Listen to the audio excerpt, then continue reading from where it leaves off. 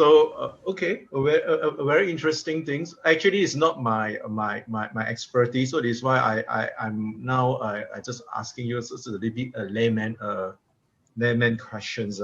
So any questions from the audiences?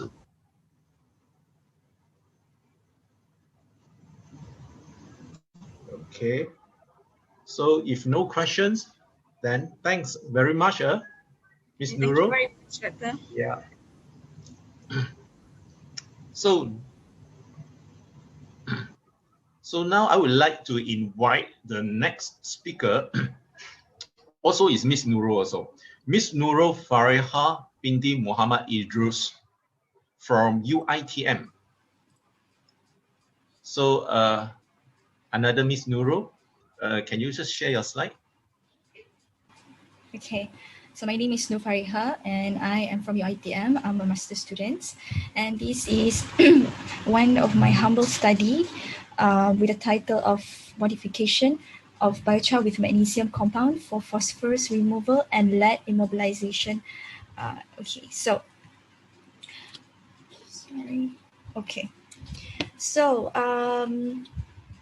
these are the biggest sources of non-point source P are spillover from the fields and croplands, urban runoff, and non-agricultural rural runoff. So non-points inputs are very difficult to measure and regulate because of their dispersed origins and because they vary with the seasons and the weather. These are the top the phosphate pollution, which is from agricultural runoff. The first one, the second is sewage wastewater, the third one is industrial discharge. So the recovery rate of other PSOs from liquid phase can reach up to 40 to 50%. However, P recovery from sewage sludge and sewage sludge ash can be as high as 90%. And the excessive phosphate in aquatic environments may accelerate cross eutrophication, and the adverse effects include the production of cyanotoxins by algal blooms, foul odor, and major health risks to humans and the environment. And to avoid eutrophication in stream, lakes, or reservoirs, the P level in the discharge should be controlled less than 0.05 milligram per liter. So these are the benefits of phosphorus recovery. 7% is used for the production of animal feed. 11% is used in industry and medicine for the production of pharmaceuticals, oils, detergents, or even textiles. And the rest is used in agricultural and fertilizers. Phosphorus recovery method is a lack of complex management of waste and materials and residues which are inevitably produced during the process. And this study focuses on describing methods of phosphorus recovery from sewage sludge and presenting the concept of no waste generation. Okay, so these are the numerous methods for reducing the amount of P in aqueous phase that have been developed and tested in the last decades by researchers. And these methods include physical method, chemical precipitation, biological uptake and absorption with natural and modified materials. When between all of that, the absorption method has proven to be the most feasible option due to its proficient and advantageous absorption treatment. Phosphorus, okay, so why? Because it is cost effective and eco-friendly and abundantly available, and the pore diameter can be increased by altering the soaking time and the pyrolysis temperature. And it also has a multi-purpose features. All right, so how phosphor recovery relates to lead immobilization. So the high lead in soil, we know that is potentially toxicity that will affect the ecosystem and human health. So after we recover the phosphorus from aqueous, and the phosphoric minerals can be precipitated in the form of struvites, hydroxyapatites, or calcium phosphate. And for the mechanism of lead immobilization is through the process of dissolution in aqueous phosphate plus precipitation process of hydroxypyromorphite. These are the reaction formula for that. So the phosphorus that have been recovered by the absorbent are then put in soil that has been contaminated by lead. Okay, so precipitation of phosphoric minerals and also known as struvite. So the precipitation of magnesium, struvite is actually precipitation of magnesium, ammonium, and phosphate. It is known for its user-friendly fertilizer product, fast and reliable phosphorus removal and recovery process, and it is poorly soluble, that to indicate that low possibility of polluting the environment and enhancing the eutrophication process. So this is how the mechanism. So this is example of urine or sewage wastewater. So mostly contain phosphate and ammonium. And then when we put magnesium, it will then bind the three compound and then to sediment to form struvite. And this is the struvite precipitation concentration. And these are the formulas. So these are the formulas for struvite. Okay, so to do this, to do an absorption, we need an adsorbent. And for the eco-friendly adsorbent I'm using is sawdust because it is a promising feedstock for renewable and possibly for manufacturing sorbent, and has a high content of lignocellulose with high yield of fixed carbon. However, it gives moderate adsorption capacities as an adsorbent. Therefore, another possibilities is by turning it into biochar, where we pyrolyze it or undergo carbonization and to form to turn sawdust into biochar. And then the properties is because it has a high content of carbon with delicate arrangement of fiber, and it's porous in structure and possess a functional group and aromatic surface, which is what we want as an absorbent, because then we want to modify it with magnesium to absorb phosphorus. So in this study, the magnesium that I will modify it by two ways, which is first one is magnesium chloride and magnesium peroxide. So this is to enhance the high surface area, CEC, and more functional group, and micropores as well. And the sorption capacity known was 20 times higher than the ammonified biochar in order for me to proceed for phosphorus removal. So in this study, we investigated three research gaps, which is the magnesium content in biochar affects P removal in aqueous system. The second one is modification of sawdust biochar with magnesium peroxide affects the pore structure, surface area, and phosphate absorption capacity of biochar. And the third one. Okay, so these are the objective. The first one is to characterize the physical and chemical properties of magnesium modified biochar. Is down below. And the second one is to optimize the parameters that were listed below for producing magnesium chloride modified biochar. We know this is MC300, and magnesium peroxide modified biochar MO700 with the highest P sorption capacity. And these are the list of the parameters. And the last one is to study immobilization of lead in shooting range soil with biochar and ground magnesium lime using leaching test and SSE. Okay, so these are the research methodology. The sawdust were collected from the furniture factories and were washed and were dried overnight, and then were pulverized with mixer grinder and sieved to 150 micrometer in particle diameter. And then it was pyrolyzed for 2 hours at 300, 500, and 700 degrees Celsius under nitrogen flow, and were washed thoroughly with ionized water to remove ash and decrease the pH. And for the modification process, it was modified in two ways, in two steps. So the first step is to optimize the magnesium in biochar, which means we want to insert the magnesium inside the biochar in two ways, using using two types of magnesium, which is magnesium chloride and magnesium peroxide. And then the next step is to optimize the magnesium biochar with artificial human urine. I'm using artificial human urine because I want to control the concentration of phosphate. And then the characterization is like is listed below, and the application is through SSE leaching test and the sorption isotherm and kinetic analysis. Okay, so these are, sorry, I cannot see my, okay. So these are the elemental analysis for soda biochar and chemically modified biochar. Okay, so the overall amount of C, both raw biochar, were relatively low, and this could be due to the furnace that are not fully oxygen-free.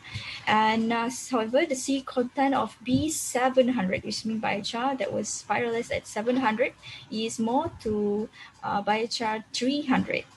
And the increasing content of nitrogen as magnesium and phosphate was added, and so as the amount of carbon decreasing, we assume that the amount of Mg percentage was aggravated, showing that MO700 fused into porous surface of carbon matrix of the biochar, and the highest N content was after modification with artificial human urine, and this could be explained by the existence of ammonia ion attached onto the biochar to form struvite. The next one is the SCM-EDX study. We want to see the structure and the pores. So the first one is the picture of a raw sawdust, and this one after being pyrolyzed at 300 degrees Celsius, and this one is at 700 degrees Celsius. After that, we modified it with magnesium, and this one is using magnesium chloride, and this one is magnesium peroxide. After that, the next step of modification is we soaked in artificial human urine. So this is magnesium chloride with phosphorus, and this one is magnesium peroxide with phosphorus. Okay, so the first one is the surface morphology of the raw sawdust was originally smooth with a compact and non-porous structure. After it's been pyrolyzed, the surface were uneven and more pores found on the surface and with a much higher carbon percent. And then after being modified with magnesium, it shows that the pores were smaller and the surface were coarser. And then after the absorption of phosphate, and causing the formation of struvite crystals that could be seen around the surface and the pores of the biochar. And these are the EDX analysis to show that the percentage content of P for MC300 and MO700 after phosphate absorption, and this is the elemental mapping to prove that there is an existence of struvite by the color determines the position of the elements. So the blue and the green and the purple indicate that there is magnesium, phosphate, and nitrogen at the same time. So the next one is the BEP study. The BEP study is to know the surface area and the pore width of the biochar with different temperature. So from 500 degrees, B500 to B700, the BEP surface area increased from 4.78 to 145 meters square per gram. And the MO700 BEP surface area also decreased from 145 to 5. And this could be due to the chemical oxidation by magnesium peroxide that decreased the amount of micropores. However, the BEP surface area of MC300 is more than MO700. Next one is FDR study. So for the FDR study is to know the functional group inside the three materials. The first one, the first one is the biochar with that has been pyrolyzed at 300, and this one is biochar that has been modified with magnesium chloride. This one is biochar that has been modified with magnesium chloride. We put soaked with artificial human urine. So the three absorbent here. Okay, so the OS stretching from 3360 to 3480 indicate for just 3 adsorbent, and the magnesium, the aromatic CH at 631 indicate that magnesium has been absorbed. The ammonium band from 1463 to 1465 were present, and also one at 1090 and 1096. It shows that the presence of ionic phosphate that related to VO stretching vibration. And this one is the modification with magnesium peroxide. And then we soak in artificial human urine. And so this at 828 indicate the magnesium had been absorbed. So at 1463 to 1465 is the presence of ammonia band, and at 1090 to 1096 is due to ionic phosphate. All right. So So Miss this, Nurul, in sorry. 2 minutes, conclude your work.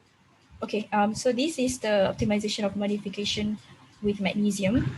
So different temperature, we are paralyzed with different temperature and we want to modify with magnesium. So it can be concluded that the highest is at by using magnesium chloride, and then and this one is the effect of concentration. So okay, the conclusion for this, the highest the concentration shows give the highest suction capacity. Okay, and then this one is the optimum dosage. So this after we produce magnesium biochar, now we are going to soak in artificial human urine. Okay, so these are the optimum dosage at 0.1 gram, and then this is the effect of initial concentration from lowest concentration to the highest concentration of artificial human urine, and indicates that when you put in modeling, it indicates that a better fit with Framlich model. But for MO700 is with a Langmuir model. Okay, so this one is the effect of contact time for 2 hours. So the conclusion here is that both were better fitted with pseudo second order kinetic model. And then the last one is the application from the biochar that has absorbed uh, phosphorus and also magnesium, and then we want to apply in soil that has lead. So these are the SSE study to know each fraction indicates each stage of lead. So the first one we can see the fraction one. The fraction one is the converted to less available form, and that is not really taken up by plant.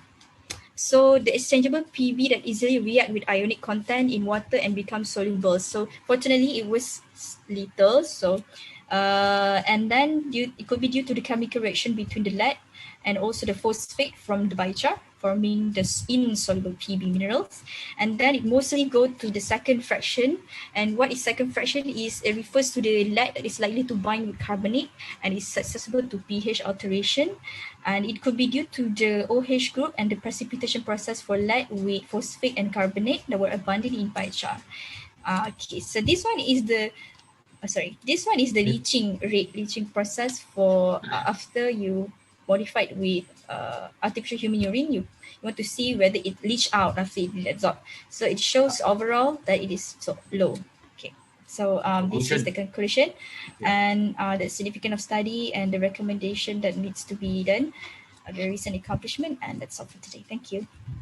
Okay, thanks, Ms. Nurul. Any questions from the audiences? Yeah, Dr. Wu, I got one question. One question only. Yeah, okay. Okay, thanks, Ms. Nurul. So I would like to ask, can you elaborate what is the main mechanism for the absorption of phosphorus using the absorbent? Using absorption of phosphorus. All right. Yes. So okay. So this one, I'm sorry. Okay, so this one is the mechanism. So how do it absorb phosphorus? Okay, first one, okay, this is wastewater that contain phosphorus and ammonium, and when we add magnesium, it binds together, and it will form struvite. This is a crystalline struvite that will then sediment. After it with sediment and coagulate together, we will collect that and put in soil for lead immobilization. So in this case, it looks like whether the pore got any roles in the absorbent, because it's some sort like chemical, and you mentioned about pore. So what is actually the role of pore? Or pores, okay. Yeah, So pores, the yeah. porosity is when the higher the porosity will indicate more struvite will will absorb inside the biochar. So biochar, after we pyrolyze, there will be more pores, more pores, and then it should be that if the higher more pores form on the surface, should be that all the struvite and phosphorus could absorb easily into the biochar. Okay, thank you, thank you. Thanks, Associate Professor Abu. Puspa has one question. Yeah, Dr. Puspa. Yeah. I just wanted to know how is this absorption here? Is this following the Langmuir or the Free-Lynch, which it fits well? And yeah, correlation to the values. What is the conclusion that you come up with? Okay. For the Okay, so for the MO 700 is magnesium peroxide modified biochar is at Frandich model. It fits better. I don't say it was a better R square because it should be more than 0.9. And then for the Langmuir model, it's for magnesium chloride biochar. So the Frandich model indicate that a heterogeneous distribution of biochar surface, for the physical absorption, and for the Langmuir model is for the homogeneous bound number of active site on the surface. But actually, it is not a good modeling because my absorbent will produce a precipitation or crystalline. So I didn't find a good modeling for precipitation, but only for sorption. So it should be done by precipitation modeling. Okay, all right. Thank you. Okay, thanks, Dr. Puspa, and thanks, Ms. Nurul, for giving us this very insightful presentations, although it's just master research. So I would like to invite the next and last speaker for today's morning section, or afternoon section already. So, so the next presenter is Mr. Muhammad Adil Mat Isa from University Technology Mara. So, Mr. Muhammad Adil, so can you share your slide? Please present your work related to sugarcane waste on how to use sugarcane waste for animal feed, if I'm not mistaken, from the title. So please present your work in 50 minutes. Okay, thanks. All right. Yep. All right. Assalamualaikum warahmatullahi wabarakatuh. Good afternoon to the Dr. Wu as a chairman for this program, and also to the fellow of organizer for this E-Symposium on Green Transformations of Agro Waste Program 2021, and to all participants. So my name is Muhammad Adil bin Mat Isa.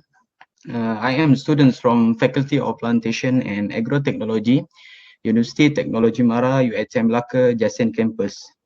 So for today, I'm going to present of my topics is about sugarcane waste as an alternative source of nutrition for ruminant livestock. So this others is group members is Muhammad Sazmi Akif Azmi and Muhammad Daniel bin Mansur. So for today, so this is my first time of this participation, been inviting by our lecturer to join. So never mind, I'm trying my best. So for today, this is my outlines for my topics. There are 7 main topics: introduction, problem statement, objective, material and method, formulation of product, analysis survey and users, and the last one is conclusion. All right, for the introduction. As we know, agricultural industry was rapidly increasing in Malaysia, but the waste of this industry is not well managed. Indirectly, it will result to the large amount of organic waste that are not fully utilized. So for this presentation, I will explain about the sugarcane waste that need to be utilized, fully utilized in terms of as a ruminant livestock feed. So next is about 32% of bagasse or sugarcane waste is produced from every tons of sugarcane. This is because the total plantation area of sugarcane bagasse is in Malaysia is nearly 34,500 acres. So sugarcane bagasse is a waste residue which produced in a large quantity from many industries. So in general, 1 metric ton of sugarcane bagasse generates 280 kilograms of bagasse. That the fibrous matter of a fibrous byproduct that remain after sugar extraction from sugarcane. Next is in terms of their composition, sugarcane bagasse contains approximately 50% of cellulose, 25% of hemicellulose, and 25% of lignin. Okay, next is continue. Due by abundance of sugarcane waste, it considered potentially able to become the cost-effective way in the diets of ruminant livestock, especially to the ruminant livestock species such as cattle, buffaloes, sheep, and goats are generally much more dependent on natural forage for their feed resources, and this industry commonly carried out by smallholders and farmers. Next, commonly sugarcane waste or non-bagasse containing low nutrient content and sometimes says containing low protein with amount 3.1%. And also this states about the sugarcane bagasse is difficult to be digested by animals. That mentioned by Samadi and others 2016. Therefore, and also, this industry or sugarcane bagasse is closely associated in Malaysia, especially to the sellers of sugarcane fresh juice or factory that extract their juice and then will remove their residuals. So, therefore, sugarcane bagasse will be modified and also recycled by some treatment, such as we can treat by physical and also by chemical and considered as a potential by enzymatic treatments in order to make the sugarcane bagasse is interesting and favorable to the livestock. Okay, this is a problem statement. For the first problem statement is sugarcane waste is a low digestibility. This is because one factor that limits to the use of sugarcane bagasse for livestock foods is the low rates in terms of digestibility of dry matter, which is usually less than 50%. And the second problem statement is sugarcane bagasse will be removed after extracted to the fresh juice. Mostly, we can see seller that extract the fresh juice of sugarcane will remove the sugarcane bagasse into landfill and consequently effect to the environment if it is just disposed without treatment. So that's why it's important to manage and utilize the sugarcane bagasse into a ruminant livestock by adding some formulation and supplementation that I will discuss later. Okay, next is objective of this study. First is to modify the sugarcane bagasse become the favorable ruminant livestock food. And second is to ensure each of production bagasse can be fully utilized into ruminant feed. Okay, next, let's jump for the materials and method. Okay, the first, bagasse or sugarcane waste that extracted into sugarcane juice were collected from the sellers of that extract sugarcane into fresh juice. And next, we need to chop the sugarcane bagasse using a machine into a small piece that we can see in the picture. Next, mix the bagasse with the molasses. That's important ingredients to enhance the flavoring to bagasse. After that, we need to add the effective microorganisms or EM we can call EM to make the bagasse become durable and have during the fermentation process. Next is we need to add the salt and water and mix all the material. After that, we need to keep the mixture for 1 week to do a fermentation process. And the last, finally, is sugarcane waste that formulated by all the ingredients are readily to supply as ruminant food. So next, I will explain about the formulation and also supplementation. First is bagasse. Bagasse, as we know, is a main ingredient or the main material that needs to as a main material in this product to be fit of as a ruminant livestock. So this is because bagasse, if we take from the cellars of extraction fresh juice, need to be chopped so that it can make in form of fine greatly, and that's why sugarcane bagasse that I mentioned is difficult to digest by animals if bagasse not chopped first. Second is molasses. Molasses, we need to mix with molasses, which we can call a gula merah, or the color is a dark brown, that are considered as important ingredients or appropriate ingredients for inclusion in the diets of ruminant livestock, and can offer a cost-effective way to improve the palatability of feeds, besides allocate the good levels of energy and protein. Similarly, molasses can reduce the dusty, powdery nature of some finely ground feeds. In this case, it makes a feed mixture more palatable and edible to become as a livestock food. Next is effective microorganism, or EM. So this formulation is also important because it acts as that needed to mix with the sugarcane bagasse to ensure the livestock is healthy.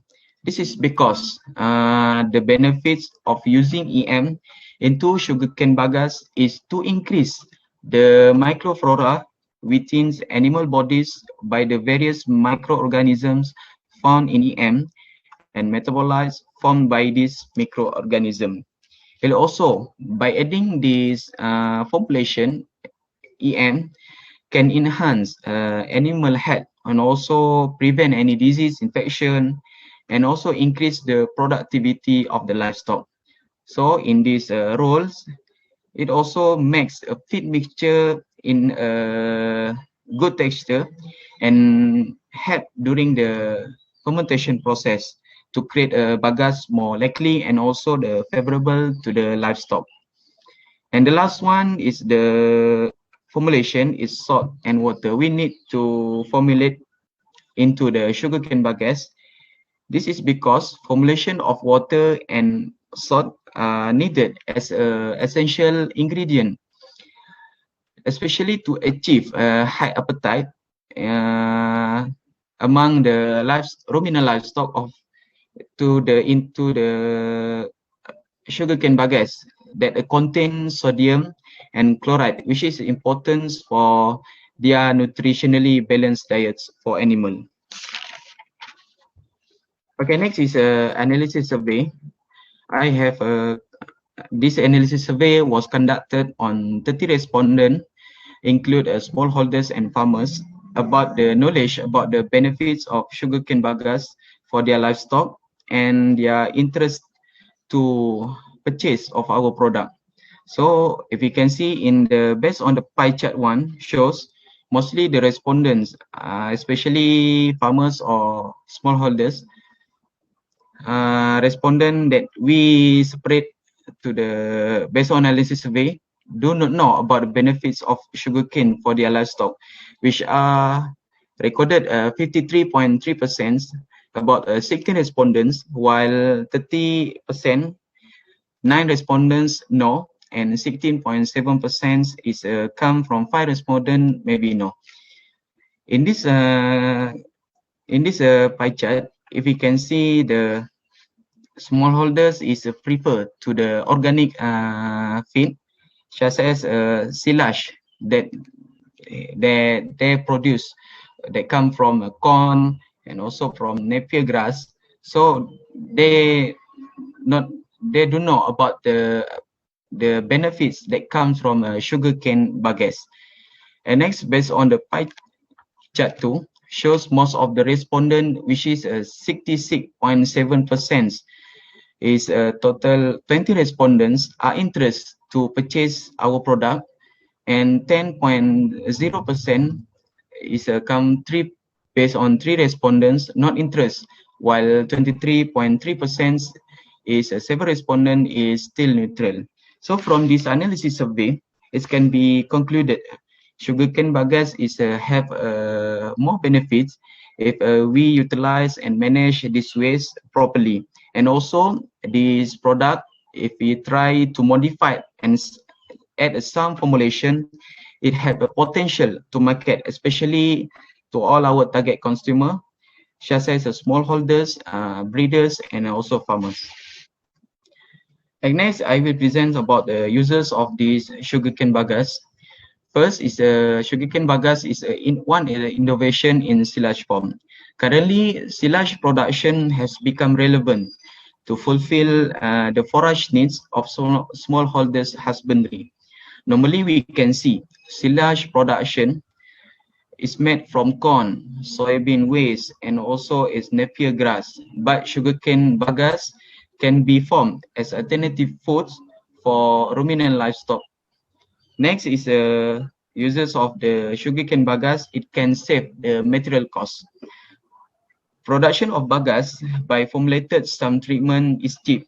That I mentioned is such as molasses, effective microorganism, salt and water can serve can be stored and utilized at their convenience, and simultaneously reduce the usage and dependency on the organic food. And next is uses of the sugarcane bagasse is less dependence on the weather condition. This means sugarcane bagasse can facilitate to all smallholders and farmers to serve for their livestock feed, especially during the rainy season. And the last one, the last part of the users is encourage the appetites for ruminant livestock.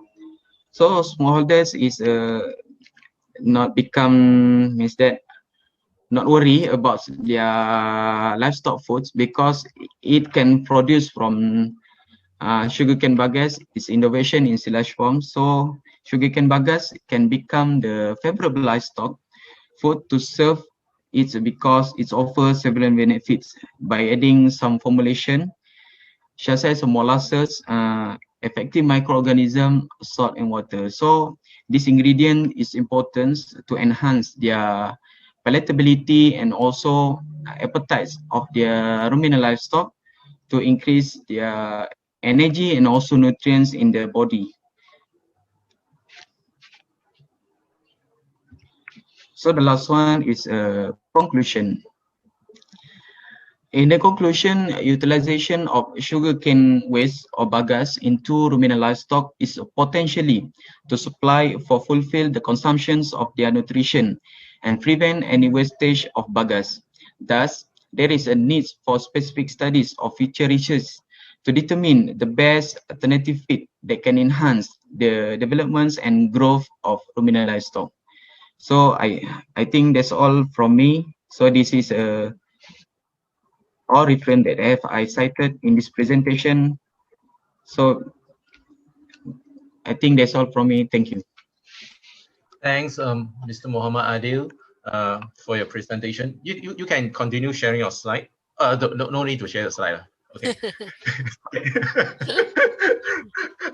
Okay. So, any questions from the audiences?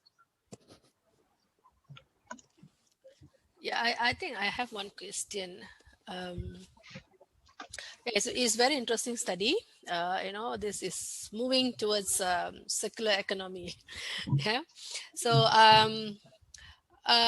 currently, what are the feedstock for ruminant? Is there anything based from any agro waste, and you are trying to replace it with the sugarcane bagasse?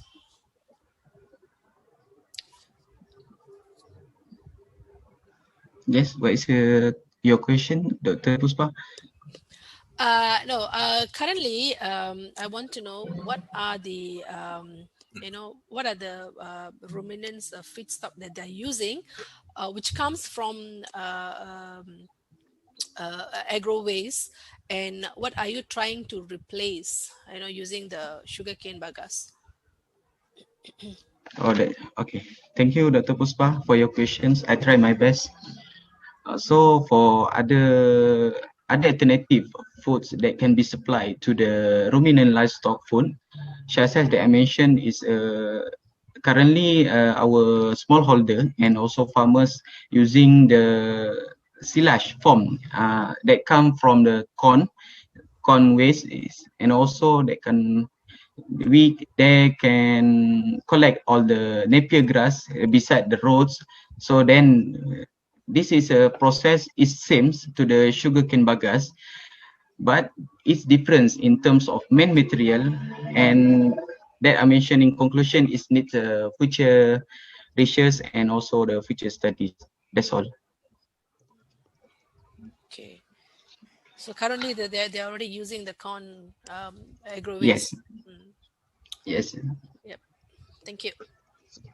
Yep, Muhammad Adil, Mr. Muhammad Adil, I also have some things to comment, not questions. Just now I saw that respondent, only 20 respondent is a little bit too little. Oh, because this is actually this product is new in the markets, and also it has a commercialized potential. So we need just distributes of my analysis survey to the only 30 respondents, especially to the smallholders. So based on the analysis survey, I have the interview of the smallholders about the currently ruminant livestock food that they use. So it is just analysis way. So in this future, I try my best to interview on, especially in around of Malaysia, about the importance of ruminant livestock in order to make the ruminants in terms of growth and also development. It become, yes, the population still is increased, so the consumption of meats from the ruminant livestock is also important, that come from their production of ruminant livestock. Okay, but next time you need to increase the number of correspondent, or else you cannot make a very good statistical analysis. Means that your result will not be that convincing. That's just my very very minor comment. Yeah. Because, okay, so thanks, Muhammad Adil. So thank you everyone. Yeah. So thank you everyone coming to this morning sections E-Symposium. So now is lunch break until 1. So please come back to this E-Symposium at 1 p.m. Okay. So again, I thanks all the presenters and also the participants coming to these morning sessions. So see you then.